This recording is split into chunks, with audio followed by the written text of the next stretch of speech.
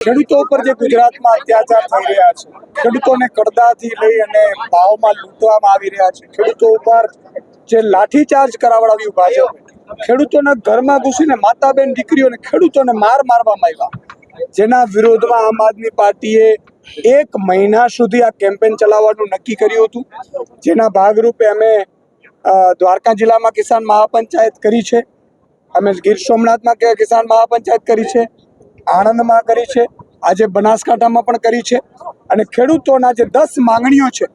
એ માંગણીઓને લઈને અમે નીકળ્યા છીએ। એના ભાગરૂપે આજે અહીંયા કિસાન મહાપંચાયત હશે। અમે દરેક ખેડૂતોને, પશુપાલકોને, ભાગિયાઓને, શ્રમિકોને અને મજૂરોને કહેવા માંગીએ છીએ કે 30 વર્ષ થયા આપણે ભાજપને મત આપીએ છીએ, આપણે ભાજપે શું આપ્યું? આજે અમેરિકાની સરકાર જો ખેડૂતોને 54 લાખ રૂપિયા સબસિડી વર્ષે આપતી હોય અને એ જ અમેરિકાની સરકાર ટ્રમ્પ આપણા નરેન્દ્રભાઈને એમ કે તમે ખેડૂતોની સબસિડીઓ બંધ કરી દો અને આપણે ખાતર એમાં બધામાં જે સબસિડીઓ મળતી હતી નરેન્દ્રભાઈ એના દબાવમાં બંધ કરી, એમણે ઇમ્પોર્ટ ડ્યુટી લાવી રદ કરી અને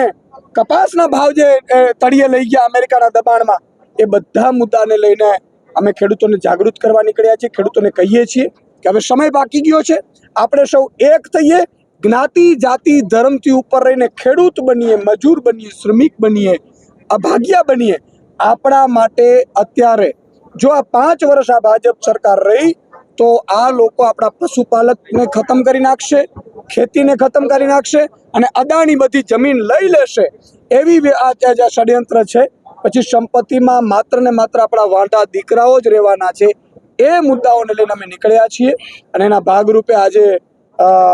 ખેડૂતો, મોટી સંખ્યામાં ખેડૂતો, મજૂરો, શ્રમિકો આવ્યા હતા અને અમે સૌને એક જ આશ્વાસન આપ્યું છે કે આગામી તાલુકા જિલ્લા પંચાયતથી ભાજપને પરચો દેખાડો।